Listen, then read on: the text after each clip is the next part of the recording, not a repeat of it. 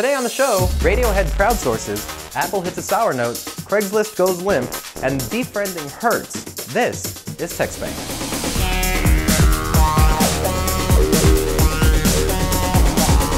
Radiohead's been known for doing things a little differently with their music, not only the sound they produce, but the way they distribute it.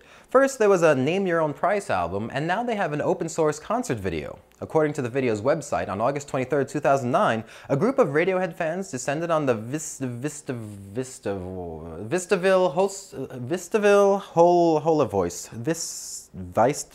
Whole Voice, an exhibition hall in Prague on a mission to capture the band from as many different angles as possible. They then edited together this footage and made a concert video.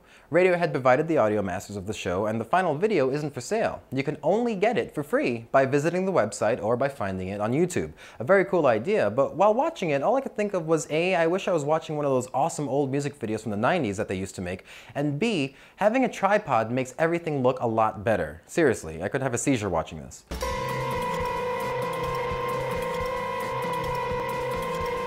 In other news, Apple made a few announcements last week, including new iPods. But that's not what the internet's buzzing about. It's the new iTunes logo. In what they thought would be a fairly non-issue, Apple has removed the CD from the iTunes logo and just made it a simple music note on a blue ball thing. Apparently, some people really don't like blue balls. Since the change, the internet's been buzzing. In an online poll over at HuffingtonPost.com, more than 64% of those surveyed said that they liked the old one better. There's even a few people who've posted tutorials on how to change the logo back. While that seems like a great way to spend your time, changing the iTunes logo, almost as good as talking about it on your web show, I wonder what we could come up with. Anyway, it's pretty simple. They got rid of the CD because CDs aren't as popular as they used to be. I mean, how many people who don't like the new logo actually buy CDs anymore? And besides, it's a pretty blue. Get over it. There must be more interesting things to talk about, like, why can't I go on Craigslist to find someone and brains out for money anymore? It appears that things are changing over at the Craigslist Adult Services section because they've removed it from all of the US sites and replaced it with a censored badge. Various reporters have tried unsuccessfully to get comments out of the San Francisco-based Craigslist, but it would appear on the surface that they finally decided enough was enough with the controversy that was being caused by having this section. The attorneys general from various states have cited this Craigslist section when talking about sex crimes, which is retarded. To think that removing this section of a website would prevent crimes that were being committed long before its introduction is moronic. But I think the more important thing about this whole debacle is when talking about more than one attorney general, you say attorneys general. Did you know that?